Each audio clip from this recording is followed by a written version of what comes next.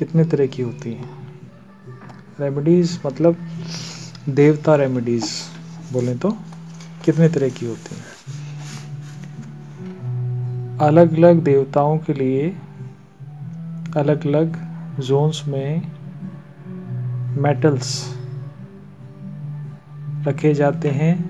Ground floor है तो उसको 1 फीट का गड्ढा करके वहाँ गाड़ा जाता है और विशेष मुहूर्त में विशेष मंत्रोच्चार के साथ में और विशेष यंत्रों के साथ में यंत्र लगते हैं, यंत्र भी उसमें भरी होते हैं, उनकी पूजन होता है, उनको चार्ज किया जाता है। पहला। दूसरा, अरोमा वास्तु। हर जोन के लिए लगभग 8 जोन मोटे मोटे रूप से निश्चित, 16 जोन मान लीजिए।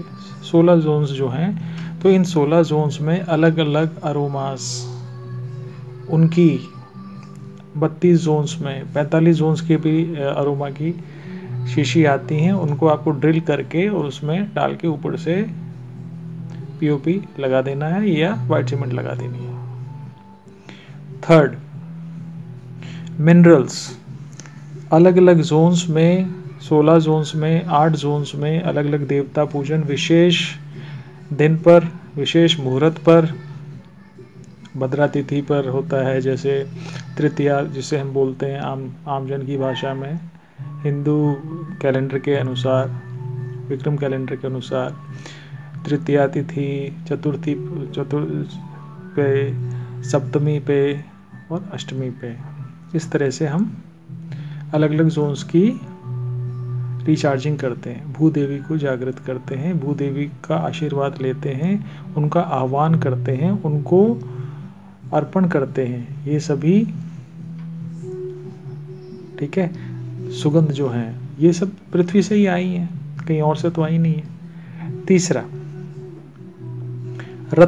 रत्नाध्याय अगर आपने अध्ययन किया हो तो मैं पूरा एक चैप्टर कराता हूँ इस पे।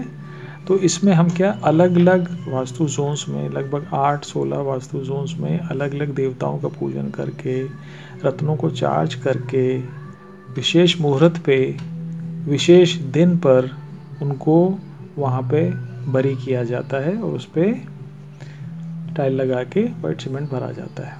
ठीक है, विशेष पूजन के साथ में विधि है इसकी। चौथा, अब है चक्रा पूजन, जिसको हम मंडल आर्ट भी बोलते हैं। जैनियों की संस्कृति में और बौद्धों की संस्कृति, इन्होंने इसको बहुत शानदार रूप से अपनाया है, बहुत शानदार रूप से अपनाया, बाकायदा प्रिजर्व किया है और आज भी वो इसको प्रैक्टिस करते हैं।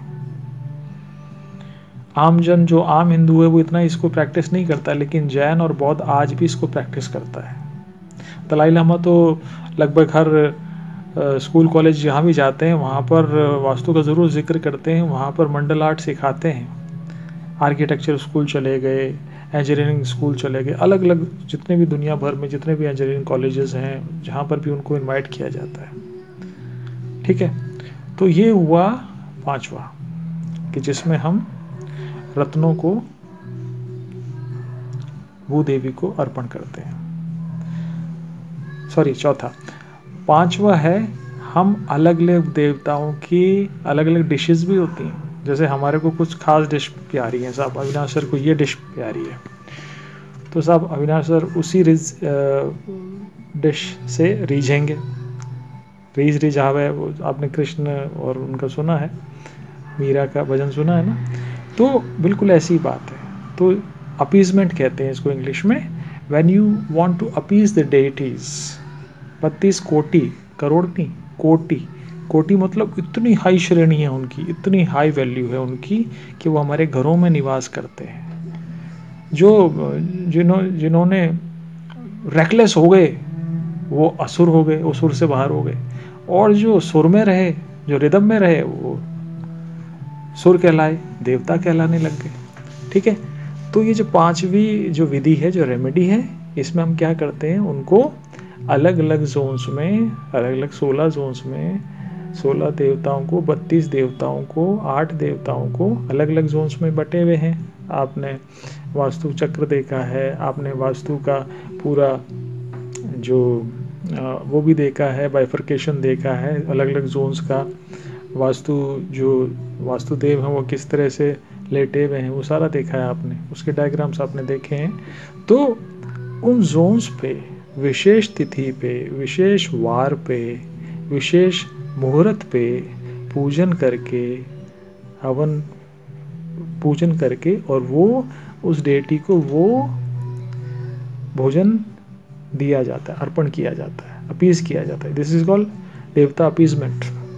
ये सब है, ऋग्वेद भरा पड़ा है, इससे ऋग्वेद भरा पड़ा है।